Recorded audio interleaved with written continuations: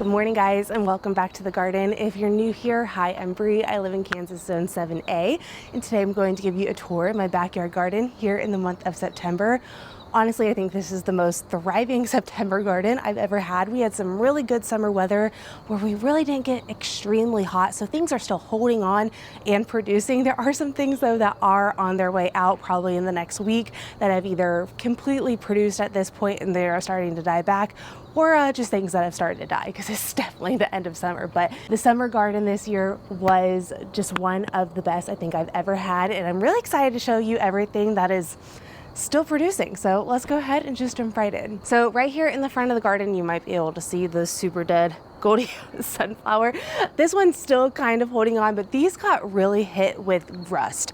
I had a little bit of blight and rust issues come like end of July, beginning of August, and it did take out some of the things. Some stuff rebounded, but honestly, these sunflowers look terrible. And if they didn't get hit with rust so bad, they probably would still be holding on kind of like this one is, but they're definitely on their way out this week. All of my Goldies at this point are pretty much done. The superstar of the front is definitely the cantaloupe trellis. I have gotten over 20 cantaloupes so far, and I probably have, I want to say, at least 8 to 10 more still going on this plant. This one here is probably done growing, and it's definitely a lot smaller than some of the ones I've gotten, but I have a good amount still growing or is just starting to produce, and also just, you know, on the vine. I really need to get some more melon cradles up on some of these just because they are probably going to be ready here pretty soon, but I mean, still decent size for the end of the season. And the fact that I have so many still producing is just amazing. I am so excited about this year's cantaloupe. It performed so well. I've grown this variety for 3 years and I've never had this good a success. This was the first year, though, I moved it to one of my sunnier locations. And yeah, this is a variety called House Jumbo. It's honestly a favorite around here. The ones at the beginning of summer were anywhere from like 7 to 9 pounds. And these ones obviously are a lot smaller, but still producing cantaloupe nonetheless. I have found cantaloupe to be the easiest melon to grow. It will naturally detach itself, and that is why I have this melon cradle on the big one. I really need to get my melon cradles up on all of the other ones now that they are all probably pretty close to being detached. I had a very hard time with honeydew. Honeydew is a lot like watermelon in the fact it's kind of tricky to pick. And then we just kept having like influxes of water that kept making the honeydews crack, which we'll get over there in a minute. But if you're looking for a really easy melon or you're wanting to dabble in melon next year, I highly suggest cantaloupe. I think it's just one of the most beginner-friendly melons. I've had a really hard time with pretty much every other melon I've grown. I've had some successes on like good picks, but for the most part, it's been a lot more hit or miss, and I've honestly never had a bad cantaloupe. Our days have definitely gotten a little bit chillier. I'm obviously wearing a sweater. This morning was right around 59 degrees, so I feel fall coming. I really think this year we're going to have an earlier first frost. I've just had this feeling all year with having a cooler summer. I say cooler just because we have been in the 90s and such, but we really didn't have that many days over 100. And we've also just been a lot cooler and a lot rainier. So in previous years where I'm at, typically our average frost is around mid-October. I did relook this up and it's actually kind of changed a little bit. They have it for I think like the 22nd of October at this point, but our earliest frost we can have for this area is the last week of September. I don't know if we're going to be that early, but I do have a strong hunch we're going to be toward the beginning of October, when the last few years we've been toward the end of October. So one of the things that needs to come out is the corn, and I'm really happy with how the corn did this year. This was my first year I was actually successful with corn, and we got a good amount of corn on the cobs, honestly. I think each plant produced about 1 or 2. I think it could have been a little bit better, but I'm just excited I actually got really beautiful ears of corn this year. But these plants are officially done. They are starting to die back a little bit. And this is one of those things that will be coming out of the garden probably here this week. I did already rip out my zucchini plant. Even though I had it under some insect netting, I did end up having a little bit of issues with some squash bugs, which really isn't uncommon. I think next year I might completely take the whole year off of squash. I really haven't decided fully yet, but really not having a lot of squash in this garden this year really made my squash bug problem pretty much non-existent this year, which was really nice. The one thing though that is really starting to produce and gear up is the okra. So I've been harvesting okra pretty much every day at this point, and this plant is about to boom. These are doing so well. I'm hoping just to get a few jars of pickled okra. I personally am not a fan of okra, but I do pickle it for my husband and a few friends. I'm also just not a big pickle person. So this is one of those areas that I really do love the look of okra though. So if you don't know, okra is also part of the hibiscus family, and they have the same flowers. So up front, I have a hibiscus plant that is for tea, and the okra flowers in that hibiscus flower are the same color yellow, and they look pretty much identical. The leaves are just slightly different and things like that. But if you didn't know, okra is part of the hibiscus family, and that is why they produce the same looking flower. At this point, they haven't opened up. They typically open up their blooms when it gets a little bit sunnier. So I'll come back out and I'll get a little clip of it, and I'll show you guys what they kind of look like in comparison. But this is a variety called Clemson Spineless, which is a pretty common variety of okra. And it's always done fairly well for me. I will say this year I did move it to more of my sunnier location, and it is thriving. This is one of those plants that does really well in the heat and the sun, and this was a second planting for me. So this was the area I actually had all of my garlic, and I planted out this corn and the okra, I want to say beginning of July, and I was able to get another wave of something else in these beds. And I really liked succession sowing with corn and okra after the garlic was out. I'm trying to figure out exactly what I want to do with a few other things. But yeah, that's pretty much the gist on that. I do still have a few goldies over here holding on, but they also don't look that great either. One thing I didn't mention with the cantaloupes is I've actually gotten 3 over the last few days. But one thing I'm thinking about really changing this next year is strawberries. I'm thinking I might completely pull out these strawberry plants. They've been here for 2 or 3 years. At this point, they're honestly just not producing that well. I'm also thinking about maybe trying to get different varieties. So if you have a favorite variety of strawberry, please let me know. But I'm actually trying to figure out exactly kind of how to maneuver where I'm going to be planting a few things. And I need to figure out where I'm planting my garlic really soon. And this is one of those beds that's just been strawberries, and I honestly think I might make it garlic. And if I do, I need to rip this out really soon. I'm not really too sure when it comes to this quite yet.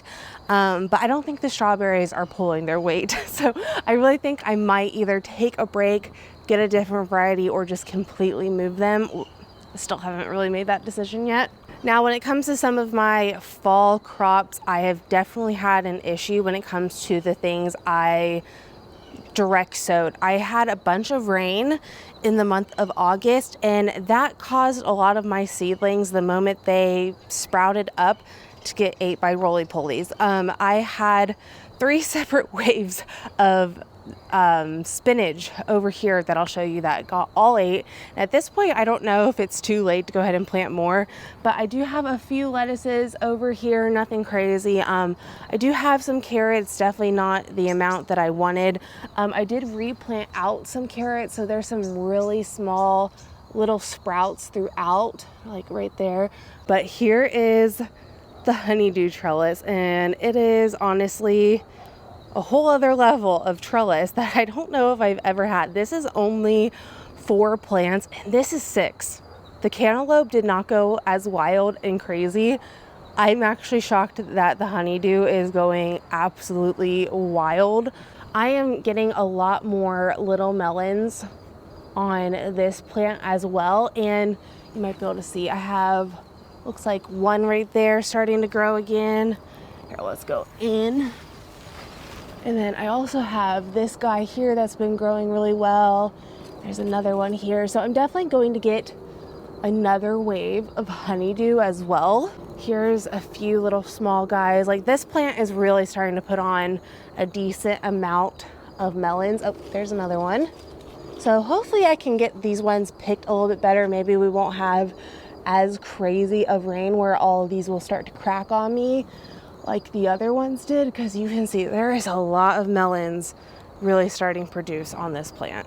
One of the things with the honeydew that I really wanted to mention is I had some insane aphids on this plant, and I ended up not spraying it just because I haven't been spraying anything in my garden over the last few years, and I let it go.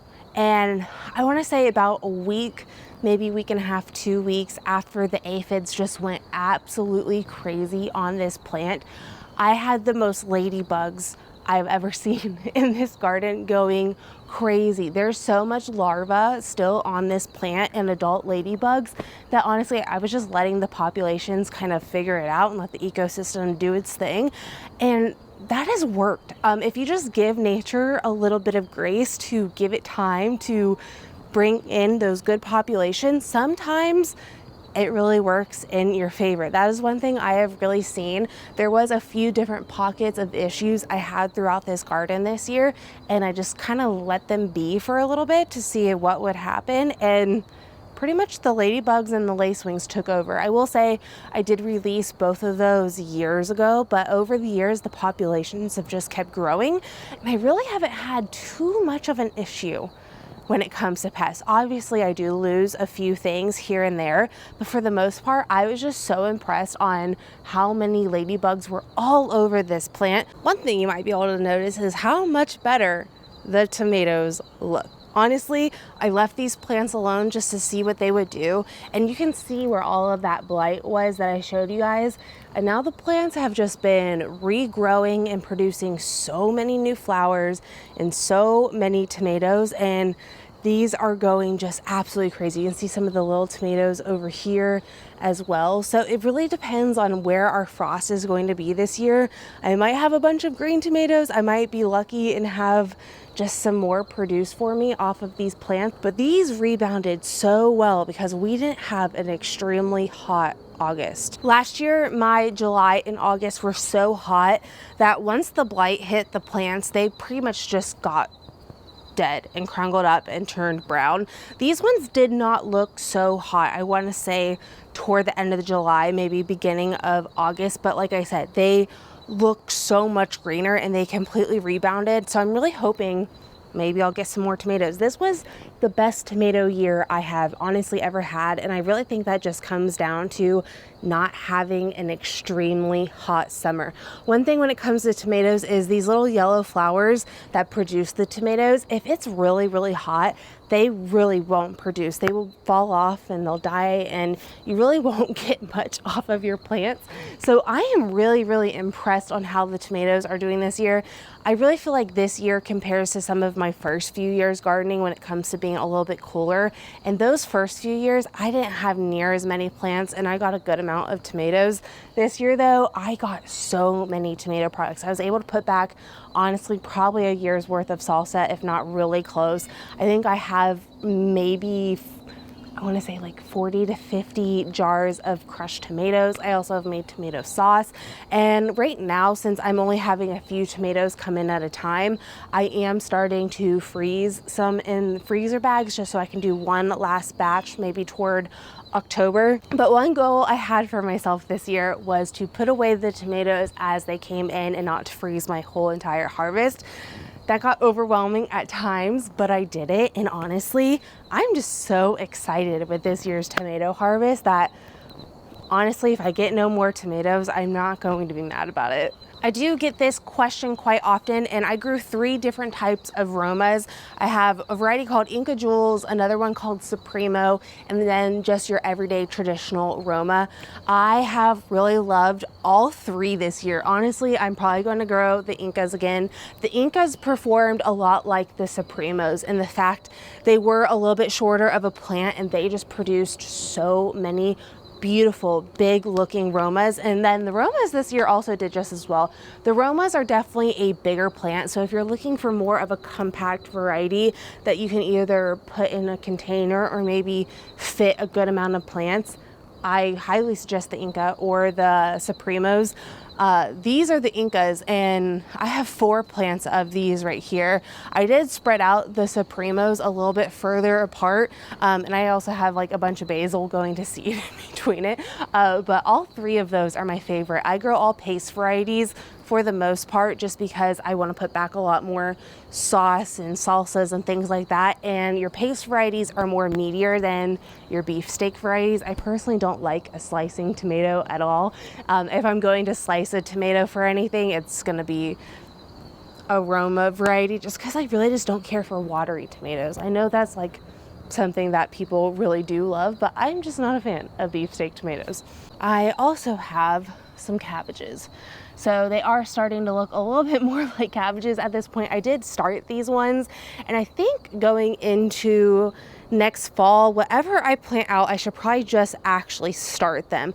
I thought I could get away with direct sowing some things, but this is where I have the spinach, and clearly you can see I might have like 3 or 4 spinach plants at this point. And here's another little sprout. I did replant the spinach like 3 or 4 times now, so I'm hoping I at least get some spinach, because I want to freeze dry it so I can throw it into soups and stews. It's like my favorite thing to do. But the kohlrabi seedlings pretty much all got ate. I think I have maybe 2, 3 plants here, but the bok choy is the one thing that is actually doing pretty well. I think these grew just a little bit faster. This is one of those things that grows really, really quick, and these got a little bit more of a head start before we got just rain after rain after rain, and I don't think they got affected as much by the roly-polies. So one thing I'm currently doing with my jalapeno plants is I am letting a lot of them go ahead and turn red. So if you didn't know, jalapenos will turn red after a while. It does take some time, but this is what they use to make sriracha. So I am actually really wanting to make my own sriracha this year. I think that'll be a fun little project. I have read some mixed reviews on homemade sriracha, so if you've ever made it, please give me your tips. But I'm starting to get a bunch of red ones here. I think I need 1 or 2 cups of red jalapenos. The one thing is some of these plants just absolutely thrived. I did plant another tomato out over here, I want to say like sometime in June, because I did have one of my jalapeno plants completely die. But I'm really excited to try to make some sriracha. I have done fermented peppers into hot sauce before, so I feel like it should be pretty easy, but that is a plan for some of those things. One of the things you may have noticed in the background a little bit is all of these volunteer sunflowers. So I had 5 of these things, and they are so tall. I want to say these are at least 15 feet tall, and they have put on so many sunflowers, and they just started to bloom this week. They are so pretty. I'll show you some of the other ones here in just a minute, but they are just absolutely crazy, and I'm so excited I ended up leaving them, honestly, because then when all of my goldies started to die back, these ones started to bloom. I am starting to have a few deadheads at this point, so I'm thinking a lot of these plants will probably be done in just a few weeks, but I'm really excited that I got multiple waves of sunflowers this year. This is just one plant, by the way, and there's probably, I want to say, a minimum of 100 to 200 sunflowers on this one plant. I also have some snap peas over here, and these should start to produce soon. Okay, let's chat loofah trellis. I have harvested, I want to say 5 that have already dried on the plant. How about we do a quick count? Because honestly, I have no idea how many are on this plant, but I know that there is a good amount at the moment. Starting from the back, we have 1, 2, 3, 4, 5, 6, 7, 8, 9, 10, 11, 12, 13, 14, 15, 16, 17, 18, 19, 20, 21, 22, 23, 24, 25, 26, 27, 28, 29, 30, 31, 32, 33, 34, 35, 36, 37, 38, 39, 40, 41, 42, 43, 44, 45, 46, 47, 48. Oh, 49. Here's another one. Let's see if I missed any others. 49. Oh, I did. 49, 50. Oh, and I missed this one too. 51. I didn't count this one either. 51. Oh, and there's another one. 52. Some of them will start to lay on the top. Oh, there's another one too. 53. Is that all of them? Okay, well, I didn't realize that there was 53 on here because I've already grabbed, I want to say again, 4 to 5. So this might actually be my best loofah here as well. Honestly, all of these won't dry at this point on the vine, but all of them should get big enough to where I could also process them when they're green. I want to say probably half of these will still dry out on the vine at this point. They take a while. Once they get to this big stage here, they take like an additional 4 weeks or so to fully dry out, kind of like a tomato. Once a tomato puts on their fruit, it takes about 4 weeks after that fact for it to start turning. Okay, I am very impressed by this loofah trellis. I'm actually glad I actually counted all of those.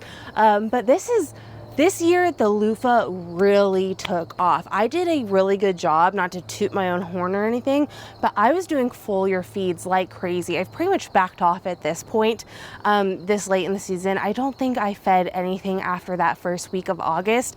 And I swear, oh wait, there's another one. Okay, so what was I at? 53, 54 plus 1? I'm probably missing a few others as well, to be completely honest. They really hide really well.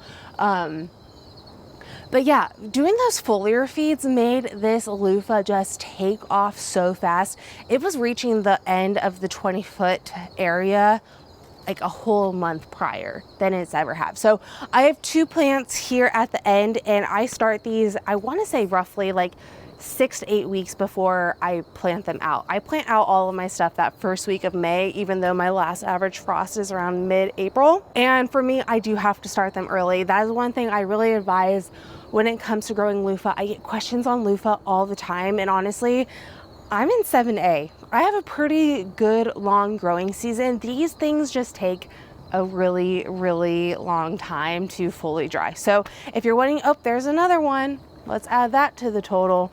So if you're wanting to grow loofah next year, you really do need to start it early. One year that I didn't start them early, and they really didn't produce for me. So if you're having that issue, it really could just be a timing thing.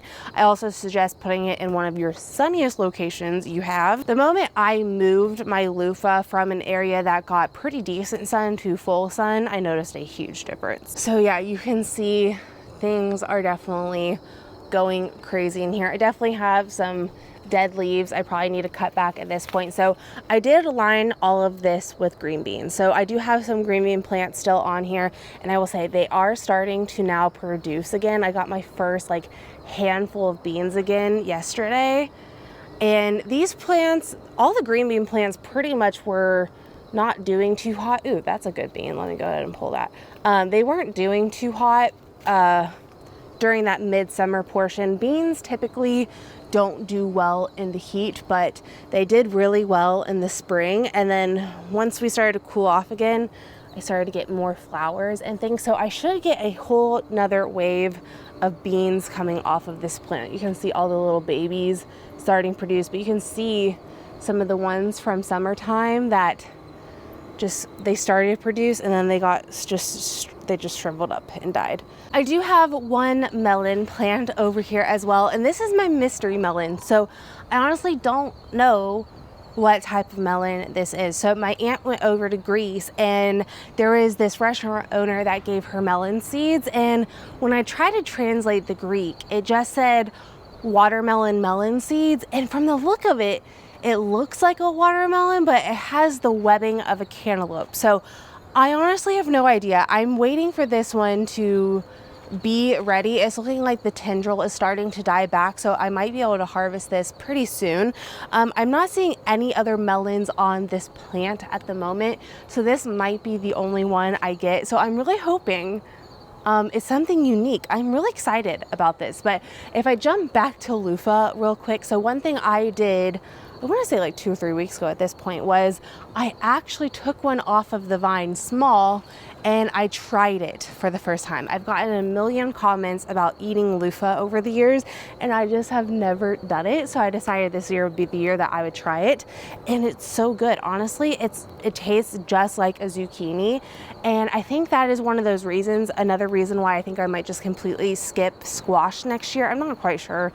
I kind of want to do like a honey nut butternut again, just because I love that like nice rich flavor. But as far as zucchini goes, if you have issues with vine borer or squash bugs and you're able to grow loofah just for like zucchini purposes, I highly suggest. When they're young like that, they aren't fibrous to where you won't get a sponge. At this point, these are big enough where these are like, they feel like they're producing a sponge at this point.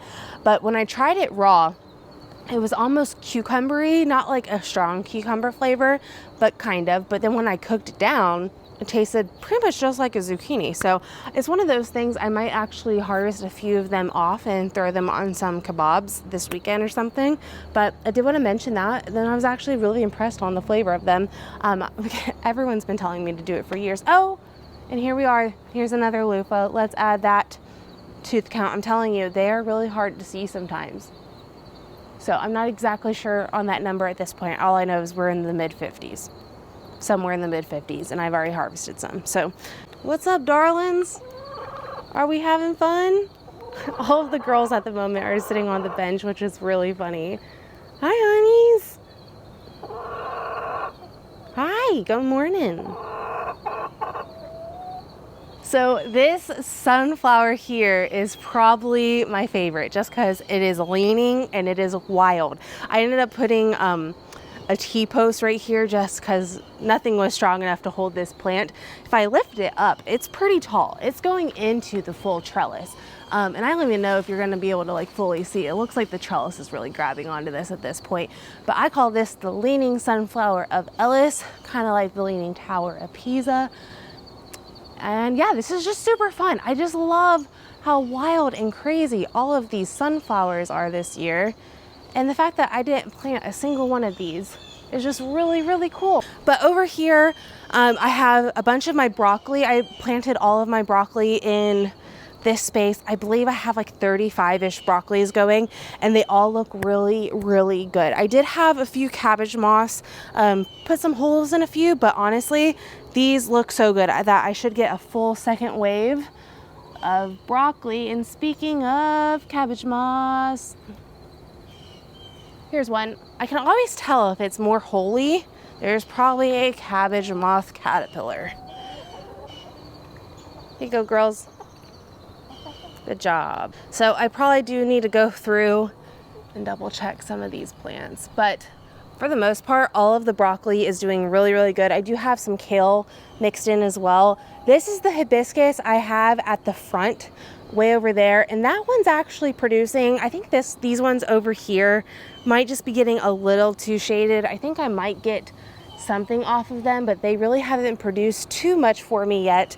And then I also have sweet potatoes over here as well, but here is the rest of the broccoli. And all of the broccolis I started really ended up catching up to the volunteers I had. So I had a few volunteer over here, and this one got decent amount of holes on it, but they all started to really catch up, and all the broccoli is looking really, really good.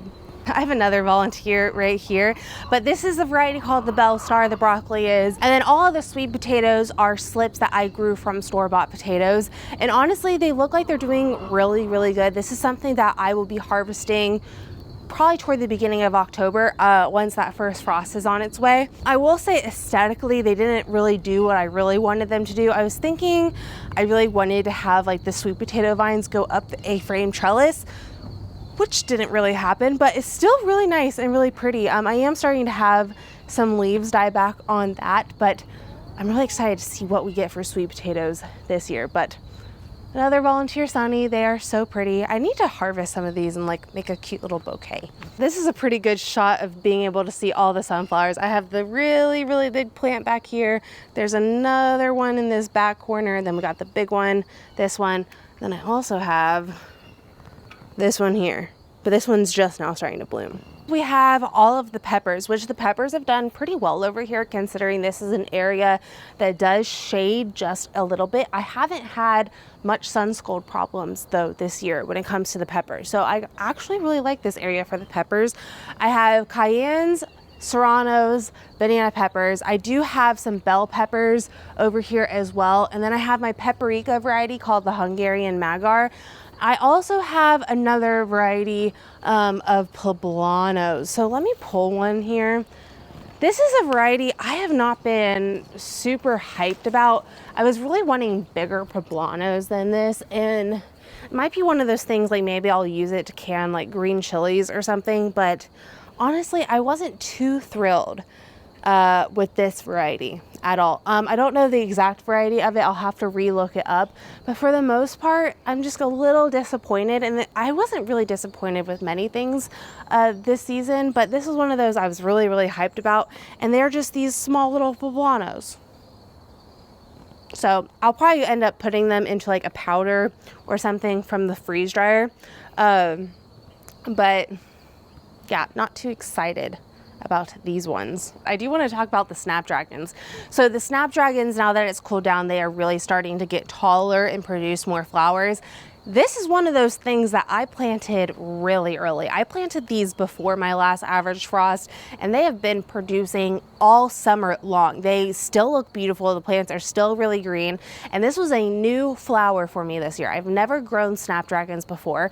You do have to start them pretty early. I want to say I started them sometime beginning of February, but for the most part, I have been so impressed with Snapdragons. This is a variety called the Sunrise Potomac, I believe. I think I pronounced the Potomac wrong. I think I got corrected on that one time. It looks like Potomac, but I think it's more of a native term that I am pronouncing wrong. But really, really love this variety. It was a mix of all these really beautiful like sunset, sunrise colors. And I have loved these so much. They just added a nice pop of color and texture to the garden. And I will definitely be growing them again. So if you don't know why they're called Snapdragons, if you pinch the back of the flower, they open their mouth kind of like a fire-breathing dragon. And I think that's also just like so cool. Oh, I actually forgot about this variety completely as I was talking earlier.